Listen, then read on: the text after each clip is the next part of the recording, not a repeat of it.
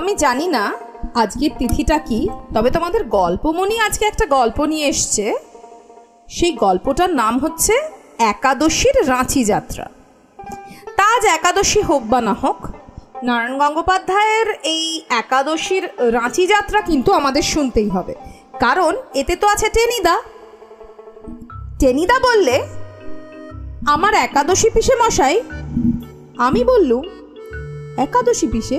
সে আবার কিরকম? কিরকম আর হাড় কঞ্জুস, খাওয়া বন্ধ হয়ে যাবে বলে লোকে নাম করে না, একাদশী বলে। কালকে সন্ধেবেলায় তিনি রাঁচি গেলেন। বললুম, ভালোই করলেন, রাঁচি বেশ জায়গা, হুডরু আছে, জোনা আছে, কত রকমের ফলস। আমরা একবার ওখানে থেকে নেতারহাট বাধা দিয়ে টেনিদা বললেন, তুই থাম না কুরবক্ক থাকার, একটা কথা বলতে গেলেই বক বাখানি শুরু করে দিবি। একাদশী পিছিয়ে ওসব হুডরু জোনা নেতারহাট কিচ্ছু দেখতে যাননি, তিনি গেছেন কাঁকেতে। কাঁকে? আমি চমকে বললুম, সেখানে তো আমার পিঠে প্রকাণ্ড একটা থাবড়া বসিয়ে টেনিদা বললেন, ইয়াহ, এতক্ষণে বুঝেছিস সেখানে পাগলা গারদ। তোর নিজে যায় কি না, তাই ফাঁকে কাঁকে বলবার সঙ্গে সঙ্গেই খুশি হয়ে উঠলি। আমি বেজার মুখে বললুম, মোটেই না, কাঁকে কখনো আমার নিজের জায়গা নয়, বরং বল্টুদা বলছিল তুমি নাকি চিড়িয়াখানার গাব্বে হাউসে দিন কয়েক থাকার কথা ভাবছো। গাব্বে হাউস? খাঁড়ার মতন নাকটাকে আকাশে তুলে টেনিদা বললে, কে বলেছে? বল্টু, নাট বল্টু।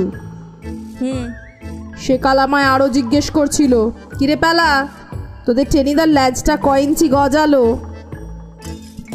টেনিদা খানিকক্ষণ গুম হয়ে রইল, তারপর বলল, অলরাইট, ফুটবলের মাঠে একবার বল টেকে পেলে আমি দেখিয়ে দেবো। আমি ভালো মানুষের মতন বললুম, সে তোমাদের ব্যাপার, তোমরা বুঝবে, কিন্তু একাদশী পিসের কথা কি বলছিলে?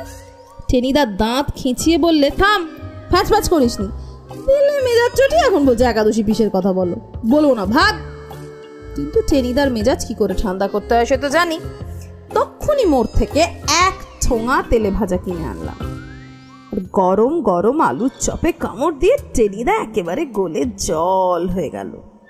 পেলা, you R a good boy. আমি বললুম, এই জন্যই তোকে আমি এত ভালোবাসি, সে তো দেখতেই পাচ্ছি। হাবুলছেন আর ক্যাবলাটার কিচ্ছু হবে না। আমি বললুম, হবে নাই তো, এই গরমের ছুটিতে আমাদের ফেলে একা একা চলে গেল। একটা গেল মামার বাড়িতে আম খেতে, আর একটা গেল মা বাবার সঙ্গে বেড়াতে শিলংয়ে, বিশ্বাসঘাত। টেনিদা বেগুনি চিবোতে চিবোতে বলল, বল, ট্রেটার, ওতে জোর বেশি হয়। বললুম, মৌরুগ্গে, ওদের কথা ছাড়ো। কিন্তু তোমার সেই একাদশী পিসে? ইয়েস, একাদশী পিসে। টেনিদা বললে, তার কথাই বলতে যাচ্ছিলুম তোকে, আমার ঠিক রিয়েল পিসে নন। মার বোন যেন কিরকম খুঁড়তুতো, দাদামশাইয়ের, মাস্তুতো ভাইয়ের, মামাতো শ্বশুরের। আমি ঘাবড়ে গিয়ে বললুম, থাক, এতেই হবে। মানে তিনি তোমার পিসে মশাই, এই তো? হ্যাঁ, পিসে মশাই, বাঁকুড়ায় উকিল, খুব পশার, বুঝলি, বাড়ি গাড়ি বিস্তর টাকা।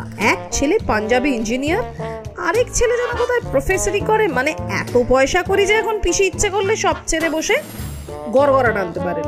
তো সবে একাদশী পিসের সুখ নেই, খালি টাকা টাকা টাকা। কিন্তু তার একটা পয়সা খরচ করতে হলেই তার পাঁজরা ভেঙে যায়।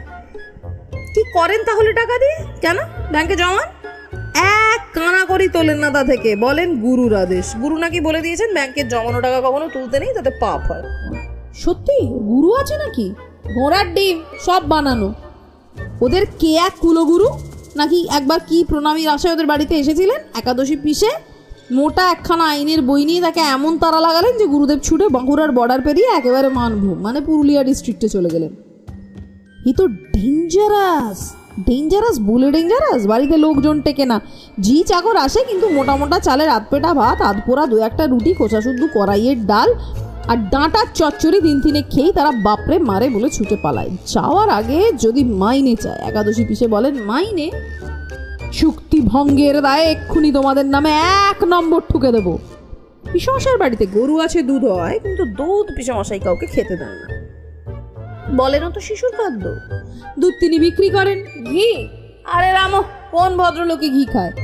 একশের তেলে তার বাড়িতে 6 মাস রান্না হয়, মানে বুঝতে পারছিস? মা গো, ঠিক মাংস। পিসে বলেন, ছি, জীব হিংসা করতে নেই। আমি জিজ্ঞেস করলুম, পরের বাড়িতে গিয়ে তিনি মাংস খান না? খাবেন না কেন, পেলেই খান। কিন্তু জীব হিংসের পাপ তো অন্যের, পিসের কি দোষ? আর মাছ, মাছ একটু অবশ্য না হলে তার খাওয়া হয় না। দুটো ছোট ছোট শিঙি মাছ আনলে তার মাসখানেক চলে যায়। সে কি? টেনিদা মিনিট কানেক হাসলো। বুঝতে পারছিস না, মাছ দুটোকে হাঁড়িতে জিয়ে রাখা হয়, আর রোজ সকালে পিসেমশাই একখানা করে নাড়ি কামানোর ব্লেড দিয়ে সেই মাছেদের ল্যাজ থেকে এই মনে করা 1 ইঞ্চির 20 ভাগের 1 ভাগ কেটে নেন। আমি একটা বিষম খেলাম। কত বললে? 1 ইঞ্চির 20 ভাগের 1 ভাগ কাটতে পারে কেউ? ইম্পসিবল। তুই ইম্পসিবল বললেই হবে? যে লোক ওভাবে পয়সা জমাতে পারে সে সব পারে। এমন ভাবে কাটেন যে মাছ দুটো টেরও পায় না। পরদিন সে ল্যাজ আবার গজিয়ে যায়, আর সেই ল্যাজের কাটা টুকরোটা দিয়ে 1 বাটি ঝোল রান্না করে একাদশী পিসে খান। বলেন শিঙি মাছের ঝোল খুব বলকারক। আমি বললাম, তাতে আর সন্দেহ কি, কিন্তু মাছ দুটো মরে গেলে বাড়িতে বিরাট ভোজ। সবাই সেদিন ঝোলে আষ্টে গন্ধ পায়, তারপর 7 দিন আর মাছ আসে না। পিসে বলেন, এত মাছ খাওয়া হয়েছে, এগুলো আগে হজম হোক। তা এখন পিসে হঠাৎ কাঁকে গেলেন কেন? আরে যেতে কি আর চেয়েছিলেন, তাকে যেতে হলো, সেই কথাই বলি। এখন হয়েছে কি জানিস? সারা জীবন ওই কড়াইয়ের ডালা ডাঁটা চচ্চড়ি খেতে খেতে শেষকালে পিসিমা গেলেন দারুণ চোটে। ওদিকে টাকায় শ্যাওলা জমে গেল, এদিকে আমরা না খেয়ে মরি। বিদ্রোহ করলেন পিসিমা। বিদ্রোহ? তাছাড়া আর কি? সামনাসামনি কিছু বললেন না, কিন্তু চমৎকার প্ল্যান আছলেন একটা। পিসে তো কড়াইয়ের ডাল চচ্চড়ি আর সেই মাছ খেয়ে নিয়মিত কোর্টে চলে যান। আর পিসিমা কি করেন? তখনই চাকরকে বাজারে পাঠান গলদা চিংড়ি, ইলিশ মাছ, পাকা পোনা, ভালো মাংস, ডিম এসব আনান। সেগুলো তখন রান্না হয়, পিসিমা খান, ঝি চাকর খায়, আর বাড়িতে যে দুটো মরা খেকো বেড়াল ছিল তারা দেখতে দেখতে তেল তাগড়া হয়ে যায়। আমি বললুম, কিন্তু এটা ঠিক করলেন কি পিসিমা? এ ভারী অন্যায়। পিসেকে ফাঁকি দিয়ে টেনিদা রেগে যায়, বলে, কাঁড়ি কাঁড়ি টাকা পিসের, রোজগার করেও না খেয়ে সিটকে হয়ে থাকেন, কিসের অন্যায়? সেটা তার নিজের খুশি, তাই বলে পিসিমাকে কেন কষ্ট পেতে দেবেন? আর অনেক দিনই ডাঁটা চচ্চড়ি চিবিয়েছেন, চিবোতে চিবোতে দাঁতই পড়ে গেছে গোটা গায়ে। শেষ বয়সে ইচ্ছা হবে না একটু ভালো মন্দ খাবার? তা বটে। এইভাবেই বেশ চলে যাচ্ছিল। পিসেমশাই কিছুই টের পেতেন না, কেবল মধ্যে মধ্যে বেড়াল দুটোর দিকে তাকিয়ে তাঁর মনে একটা কুটিল সন্দেহ দেখা দিত। পিসিমাকে জিজ্ঞেস করতেন, বেড়াল দুটো কি খাচ্ছে টাচ্ছে বলো তো, এত মোটা হচ্ছে কেন?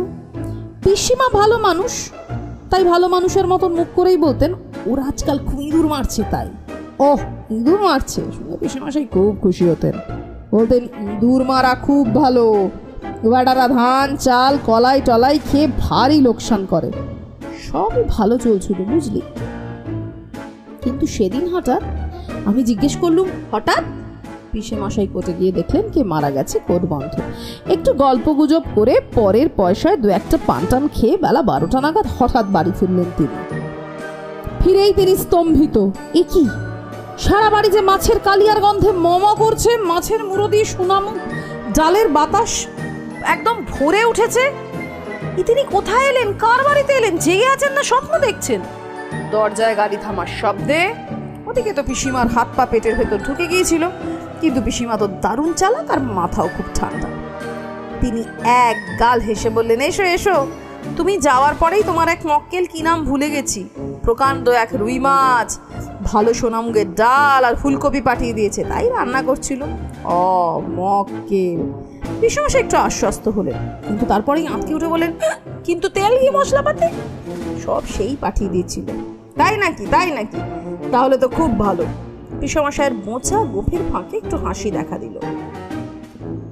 আমি ভাবতুম মক্কেলগুলো সব বেআক্কেল, এখন দেখছি একটু বুদ্ধি বিবেচনা আছে।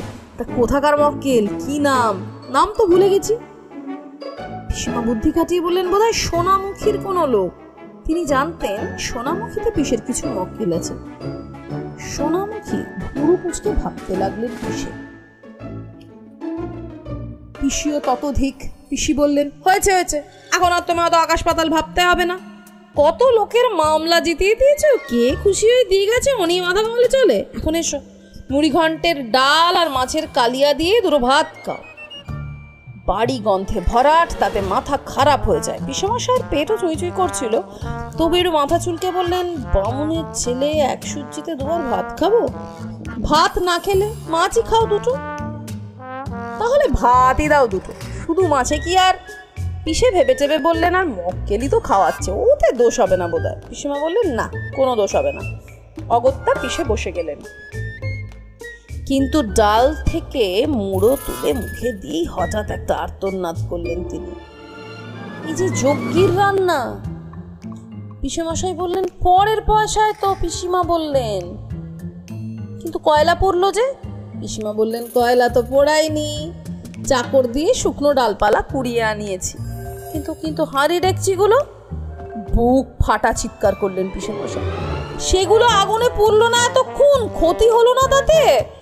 তারপর মাজতে হবে না, আরো ক্ষয়ে যাবে সেজন্য।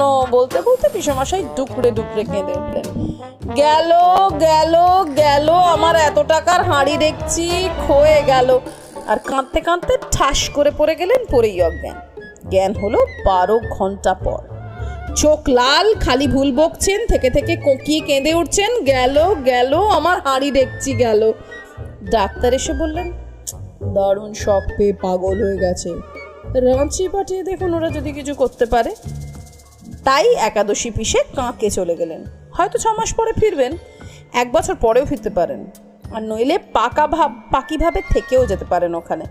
রাঁচির জল হাওয়ায় ভালোই থাকবেন, আর মধ্যে মধ্যে হাঁড়ি ডেকচির জন্য কান্নাকাটি করবেন। আমি বললুম, আচ্ছা টেনে দেয়, এখন একাদশী পিসে কি করবেন? আর পিসি বা কি করবেন? বেশ নিশ্চিন্তে রোজ রোজ মাছ মাংস পোলাও পায়েস খাবেন তো? টেন্দা বললো, ছিপ পালা, ভীষণ হার্টলেস। আমি চুপ করে রইলুম। তেলে ভাজার ঠোঙাটা শেষ হয়ে গিয়েছিল।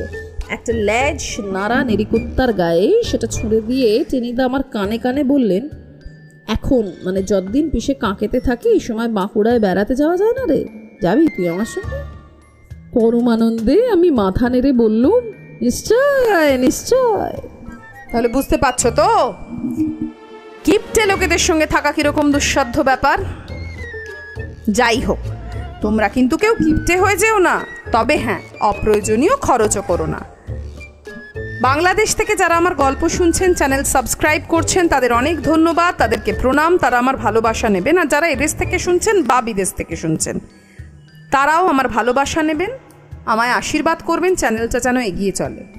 এবার বলি, যাদের হার্টের সমস্যার জন্য HDL কমে গেছে, তারা কিন্তু 4-5 টুকরো ভেজানো আমন্ড অথবা 5-6 টুকরো চিনে বাদাম খেয়ে HDL বাড়ানোর চেষ্টা করতেই পারেন, অথবা হেঁটেও করতে পারেন, হাঁটলেও HDL বাড়ে। সুস্থ থাকুন, ভালো থাকুন, আবার দেখা হবে সামনের সপ্তাহে। আজ তবে আসি।